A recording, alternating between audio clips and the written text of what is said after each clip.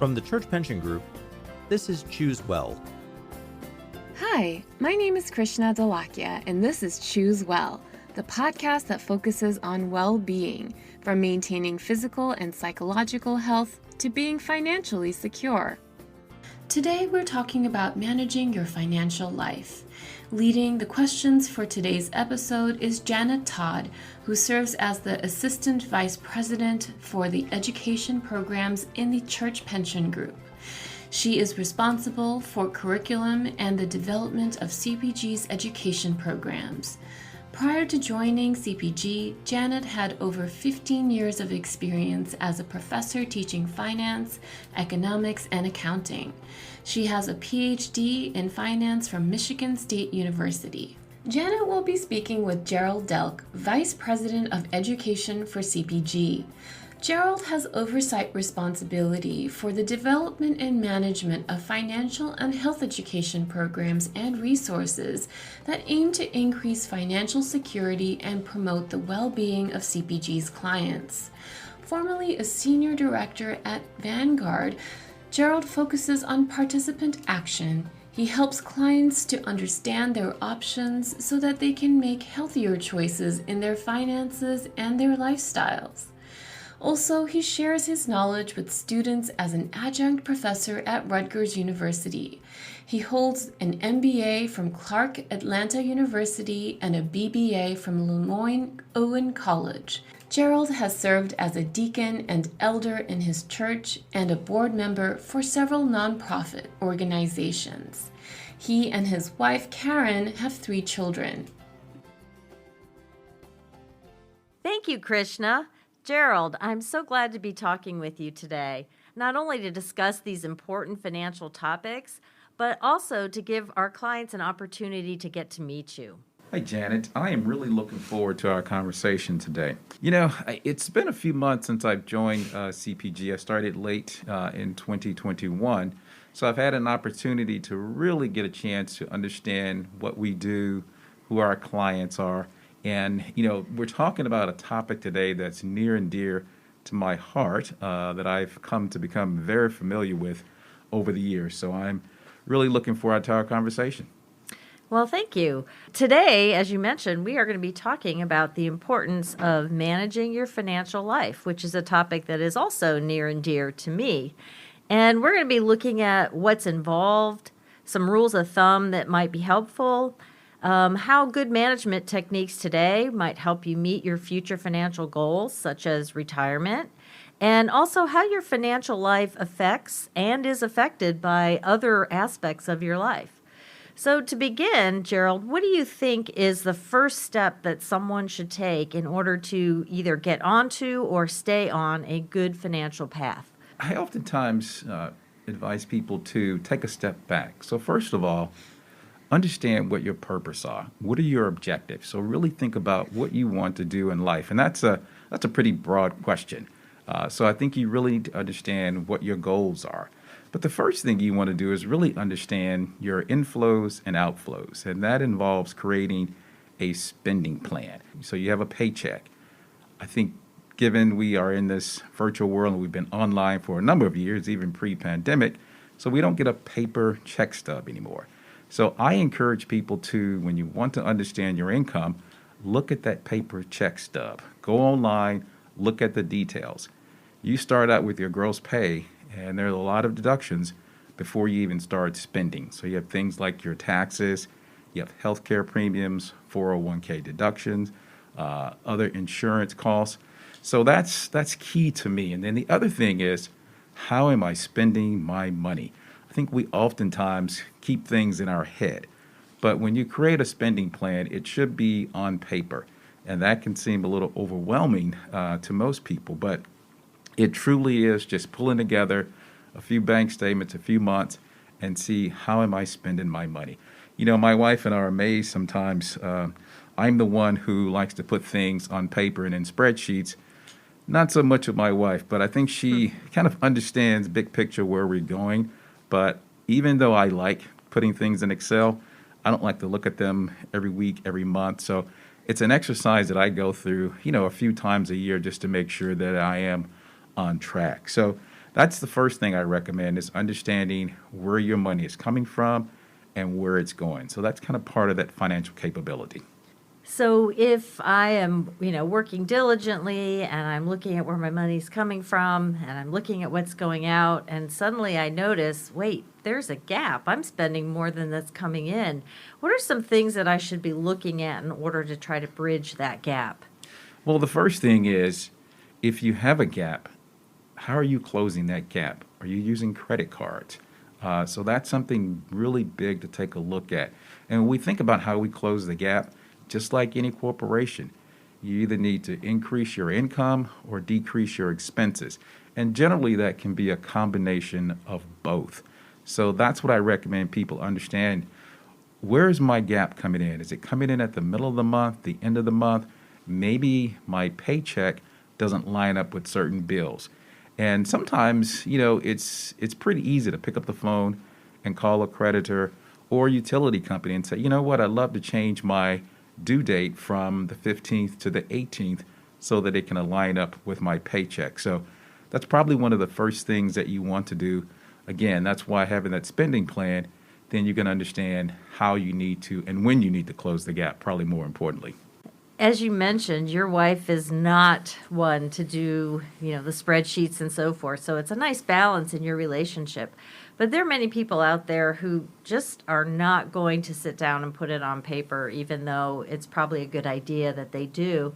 So for them, what kind of rules of thumb might work that would allow them to not have to feel like they need to, sit and grind the numbers? Yeah, Janet, that's interesting. It makes me think about, my childhood growing up. My parents, my mother was a college instructor. My father worked in a plant. So we didn't sit around and we certainly didn't have spreadsheets, during that time period. So oftentimes there were these rules of thumb that were imparted on my brother and I. My dad would always say, don't spend more than you make. So that was always his mantra to us. And my mother would always say things like, you get this money from your paper route and it's burning a hole in your pocket, stop spending all of your money. And so when we think about rules of thumb, one important one is just understanding that, if you think about, 50%, so all of my money that comes in, maybe I spend 50% of it on needs. And so needs are things like, your mortgage, your utilities. So those are things that need to take place. And then 30% on wants. So those are those items that are entertainment. So maybe I want to travel. Maybe I want to go to a restaurant. And then I've got 20% on savings. Now, these numbers are rules of thumb. So they don't necessarily work for everyone. But what I like about it is, it's kind of easy for you to think in those three buckets. And one thing you want to do, so we've got the wants that are listed here. You need wants in life. So you can't penalize yourself and say, well, I'm going to be so frugal to where I'm not going to enjoy life. But these are rules of thumb. And I think it's very helpful to those who don't like to sit down and put things into some spreadsheet and look at them on a weekly or monthly basis. So in other words, someone could just say, all right, maybe this month I'm going to track my expenses, add them up, and kind of see where am I within those percentages of that rule of thumb, just to kind of get a general idea of where their money's going, make some mental changes, and then just kind of reset, go on their merry way for a while, and then when they feel like they're out of balance again, kind of repeat that process. That's exactly it, Janet. It is making sure that you are conscious enough to say, well, I'm going to look at this, once every 6 months or, once every 9 months, maybe with a change of the season. Like things like, for example, changing the battery in my fire detector, my smoke detector.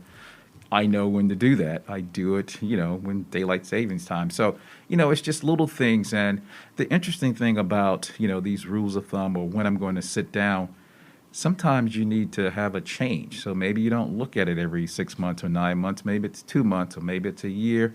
Maybe you work with your spouse or your partner to, kind of nudge each other about when to talk about these things.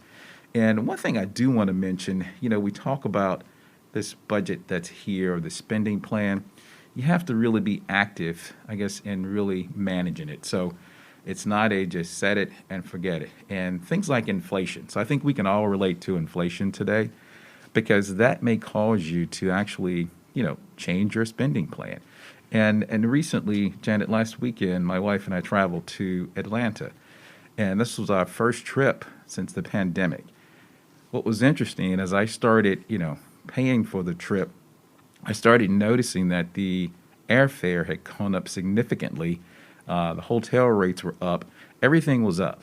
And when I looked at what we spent for this trip versus what it would have cost pre-pandemic, because we do travel to Atlanta occasionally, I spent twice as much. Wow. And so as I'm thinking about my spending plan going forward, this inflation really is causing people to take a step back and say, well, where's my money going? So I've got to really be creative with this spending plan now.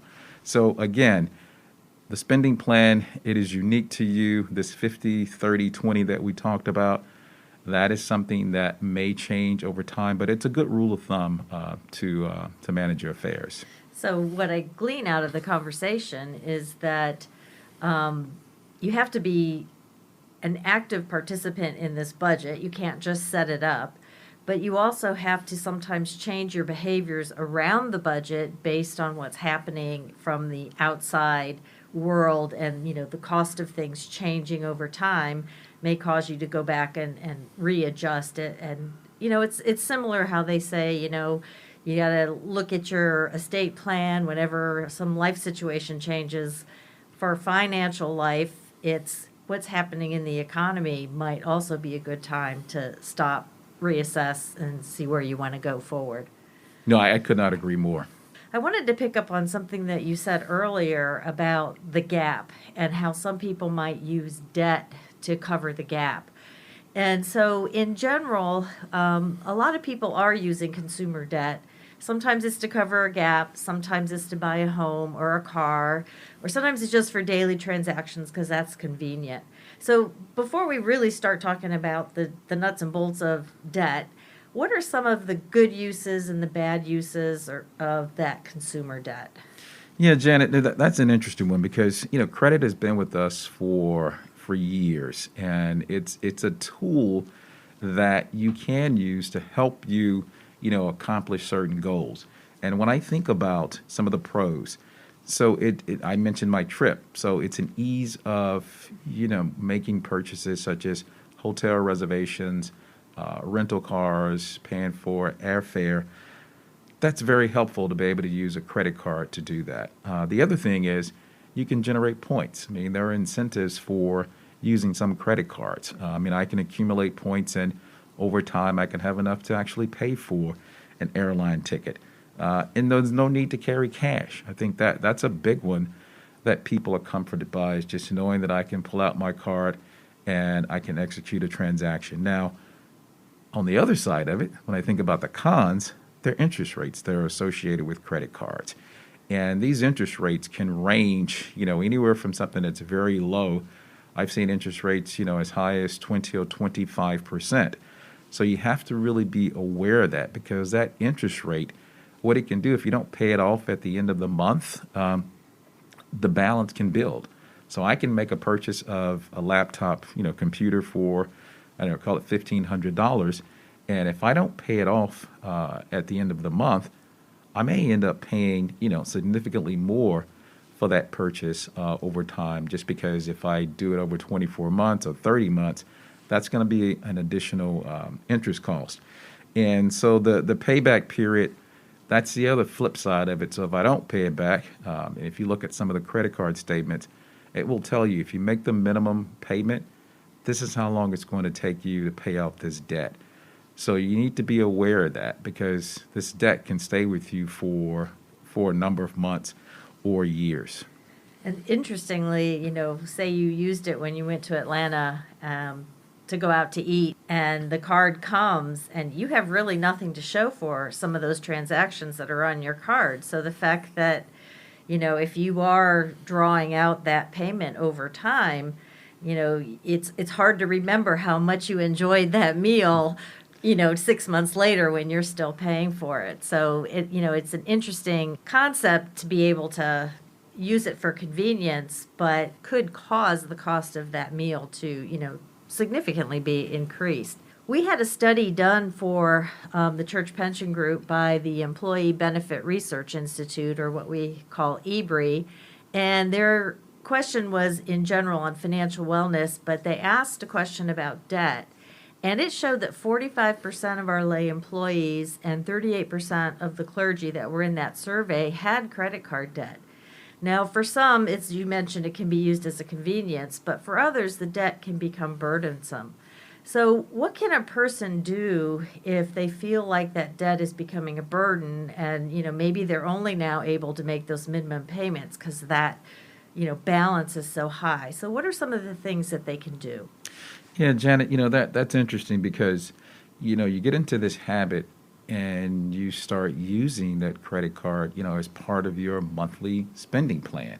And so you feel like, okay, I'm making ends meet, but the way you make it ends meet is by using the credit card. So be aware that know what your debt is first and foremost. Write it down. What's my balance? What's my interest rate? What payments am I making each month? And so now you want to create a plan to actually pay down that debt, pay it off. And there are several approaches, and I'll talk about a couple here. One, you focus on the credit card with the highest interest rate. So rather than making the minimum payments, try to, force yourself to pay more on the ones that have the higher interest rate. So those are the ones that you may want to think about eliminating first, those balances.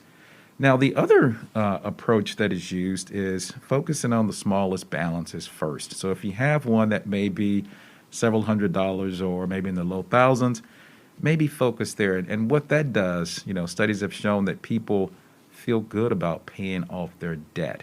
And so that way you start building momentum. So you've eliminated the debt on the one that happens to be a smaller balance, such as $500 or $1,000. So now you pivot over and you start applying that payment to another credit card. So it's the momentum effect. And so over time, you will pay it off, all of your debt. But what's really critical is that spending plan, because you don't want to fall back into that habit of using credit cards to fill the gap. So it's important to be looking at your spending plan while you are paying off your debt.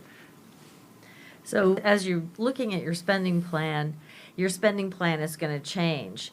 And one of the things that I've seen a lot in the retirement readiness research is trying to get yourself to a credit card debt-free position before retirement. Why is this so important for many people? Janet, this is so critical because I think we all want to retire. I think everyone has one of their top goals is to retire. Now, we're starting from different places. We have different stories. We have unique patterns or wants and desires, but I think we want to enjoy retirement. And when you retire, I'm going to use that word spending plan again. Do you want to spend your money on paying off debt, or do you want to enjoy life? Now, you need to really think about it because, someone may have a strategy where the debt, certain types of debt may make sense for them, but it really can become a drain. And so think about it. You're in retirement. There are no more paychecks coming in from your job. So the income that you're living on, how do you want to spend it? Do you want to spend it, again, on the debt, or do you want to take trips? So it can cause a lot of stress going into retirement. So you need to really think about debt, before moving into retirement. Let's assume that I do have debt and I'm working really hard on reducing that debt. But one of the other things that is often mentioned is that in order to bridge those gaps in your spending plan, because unexpected things will often happen that may not be in your spending plan, is to have some type of an emergency account. So you're not using your credit card as your emergency account.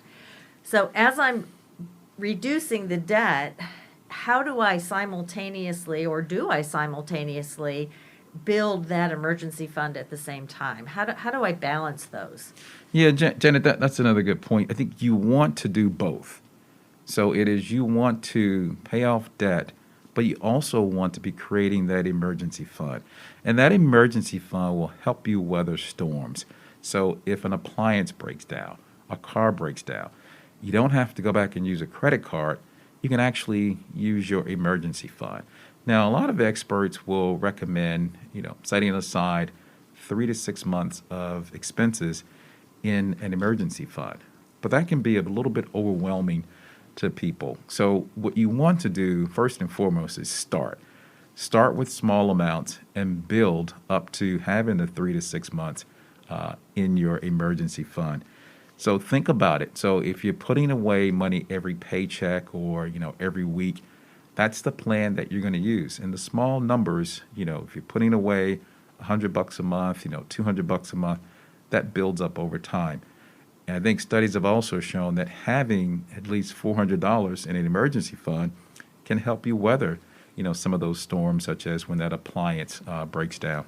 Those are the things that you don't often think about or build into your budget because they just happen so infrequently, but yet those costs can be quite large and put a real dent into your budget. So that's very good advice. Do a little of both. When I was teaching, we used to talk about, how do you calculate mortgage payments and mortgage debts? So this is another area of debt that many people have. And for the most part, this affords you the opportunity to live in a home. And I used to tell my students that, some of it is financial, but some of it is also the quality of life that you're getting by where you're living. But it is easy to overextend because if you put too much emphasis on that quality of life, you might get in over your head, so to speak.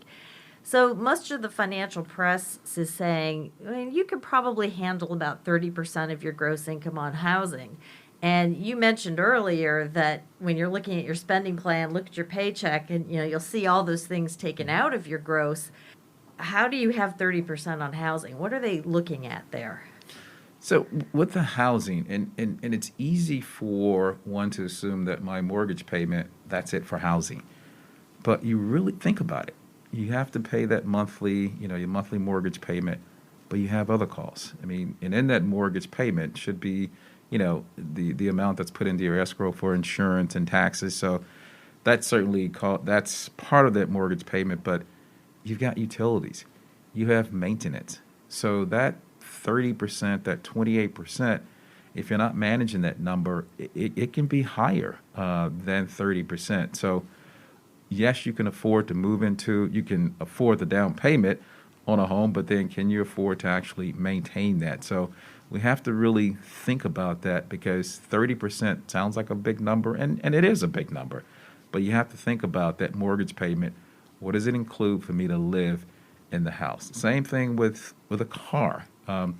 Yes, there's a monthly payment to the car, but there's maintenance such as oil and gas prices are going up. So, those are just things that you have to think about when you think about a mortgage or a car payment.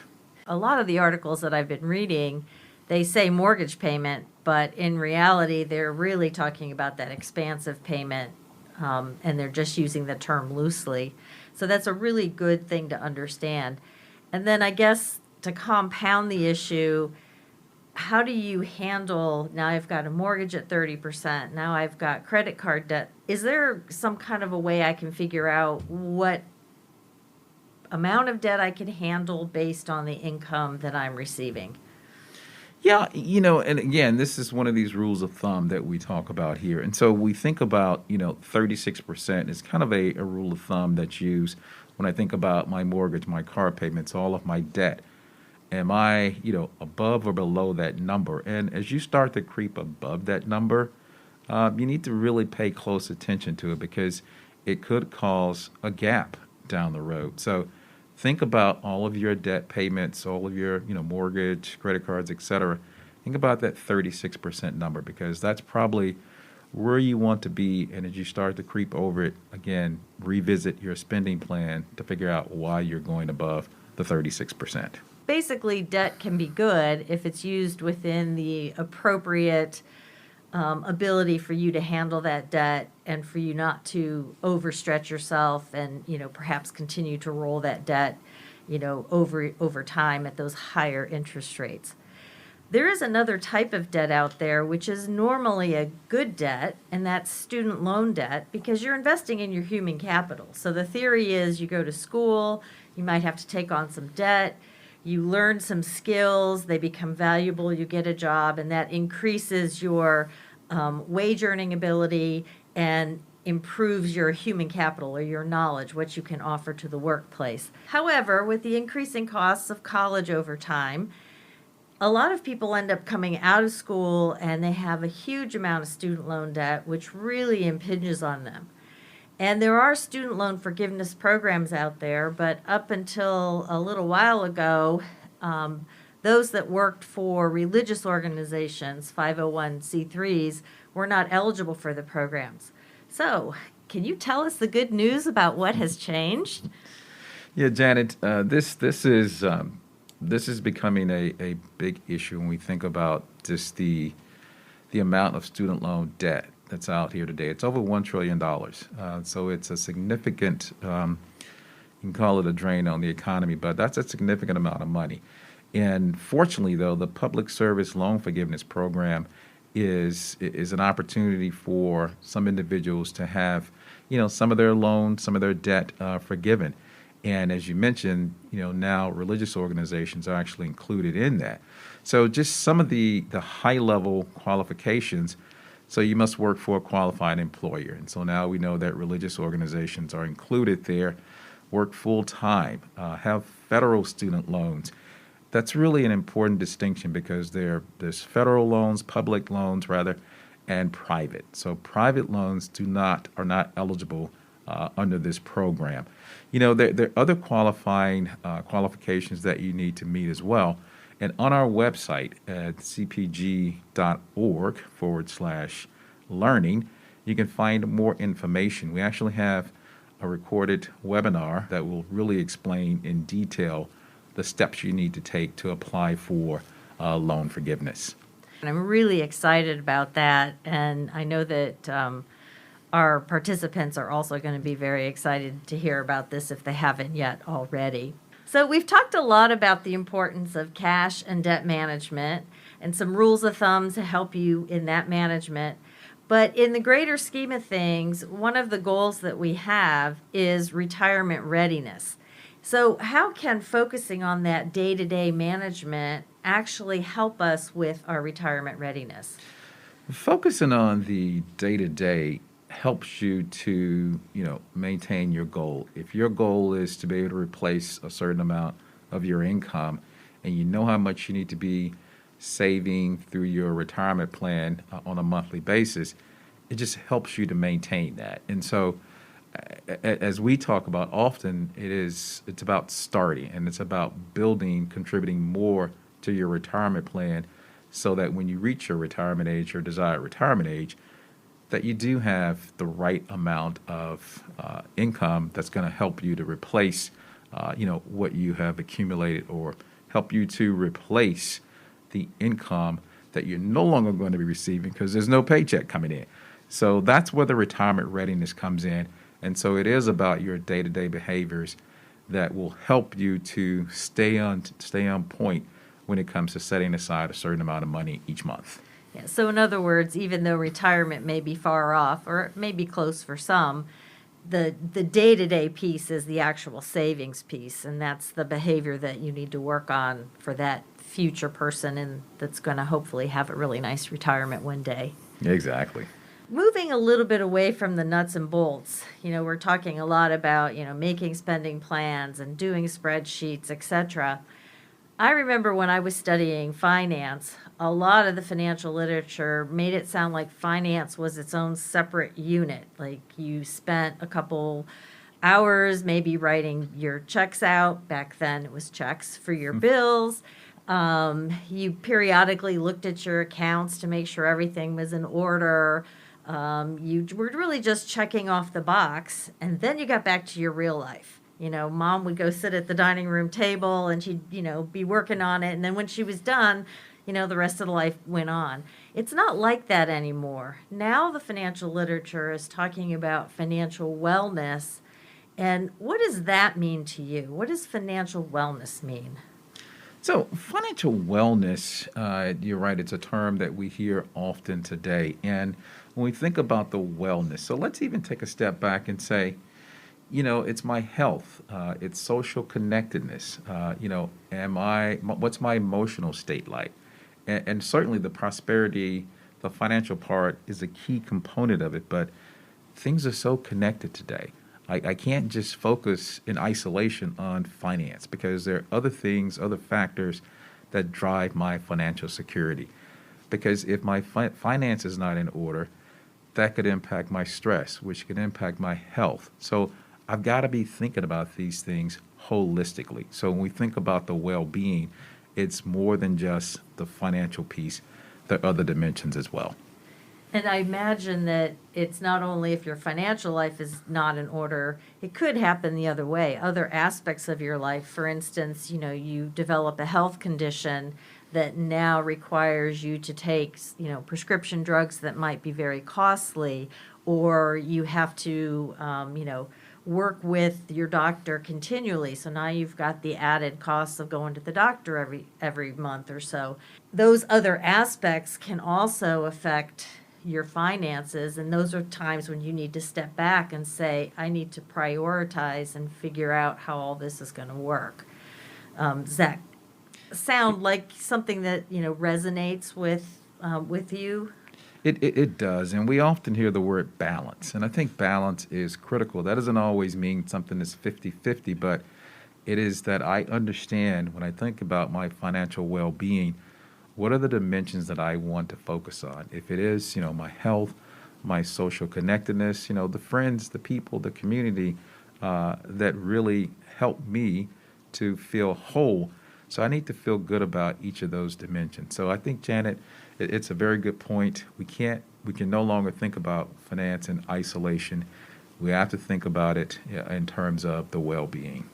And I think that's actually a healthier way to approach it, because I know that many people feel a lot of stress around their finances.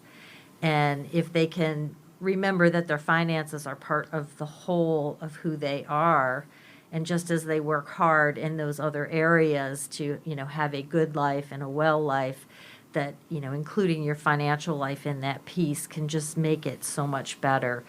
So kind of to sum up what we've talked about is, if you can increase control over your day-to-day financial life, you'll have better ability to enjoy it today, but you're also going to have the ability to still continue to save for those future goals, and makes a little bit of a sacrifice today in order to have a good future. That pretty much sums it up. I mean, I think it is focusing on the day-to-day, the details, and that will help you reach, your larger goal. So have the goal, set the goal, know what you want, and then focus day to day. That's where things like the behaviors come into play. If I have a spending plan, I don't have to walk around thinking about it often, but I know that I shouldn't be making, this retail therapy. I shouldn't walk into a department store. Like I go, when I walk to the train station, I pass one of my favorite stores, but I know I shouldn't go in there and spend. Because, yes, it looks good, it feels good, but that's not part of my spending plan. And I'm going to probably buy something that I may use infrequently. Right. So in other words, change your habits today. Try to really prioritize, where do you want that financial income to be spent, and how do you want to spread it among all those competing items out there. So I do have one last question for you, Gerald, and that is, we've talked about a lot today, and there's a lot to really think about and ponder, and obviously we couldn't go into maybe enough detail for someone to maybe who needs extra help to try to move forward in this area and getting their financial life in order. So what resources does the Church Pension Group have that someone could take advantage of in order to start improving in this area, or even maintaining what they're doing?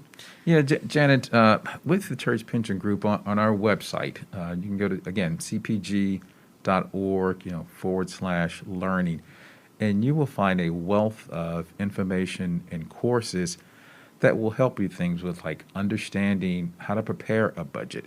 What does that mean? Understanding the topics we've discussed today, the credit cards, the debt, how to build a plan to pay down debt. If you have, if you invested in your 403b, we have courses to help you understand what is that? What is investing? So there are many tools, a lot of content that's on our website that can really help you. So again, cpg.org/learning. And now that the pandemic is receding, we are also starting our on-site programs as well. So we hope that you can take advantage of those and, you can ask, your personal questions. There is another resource I'd like you to mention, and that is, what if you just need to talk with somebody? You've read all the material, and it's just not, you're just having a little bit of trouble figuring out how it fits in your life. Is there a way that you can talk with somebody here at CPG? Yes, you can. We have financial education specialists who are ready. They're here to help you, really help you look at things objectively. They are seasoned individuals who've worked extensively in the area of the financial planning, the wellness. So that is something that you can take advantage of. Again, that is referenced on our website, but you could also call our client services. Call client services, and they can ensure that you will be connected with one of our financial education specialists. They're there to help you, non-judgmental. It is a resource. Please use this resource. Well, thank you, Gerald. This has been a really interesting conversation. I've actually learned some things from you, and I'm sure that our listeners will as well. I'm really excited to be working with you, and I look forward to the many years ahead where we can continue our education for our clients. Thanks, Janet. I really have enjoyed our conversation today, and since we're here together, I look forward to even continuing it. And as we do travel with conferences, I look forward to interacting with clients. So thanks again, Janet. Thanks again, Janet and Gerald. I've certainly learned a lot of useful information, and hopefully our audience has as well. This is the last episode of Season 2 of Choose Well. We hope you enjoyed listening in. Be sure to visit cpg.org for wellness resources in our Learning Center and e-learning library. Theme music for our podcast is by Fran McKendry. Neither the Church Pension Fund nor any of its affiliates, collectively CPG, is responsible for the content, performance, or security of any website referenced herein that is outside the www.cpg.org domain or that is not otherwise associated with a CPG entity. The views and opinions expressed by guests of Choose Well are their own and do not represent the views and opinions of the Church Pension Fund or its affiliates, collectively the Church Pension Group. You've been listening to Choose Well from the Church Pension Group.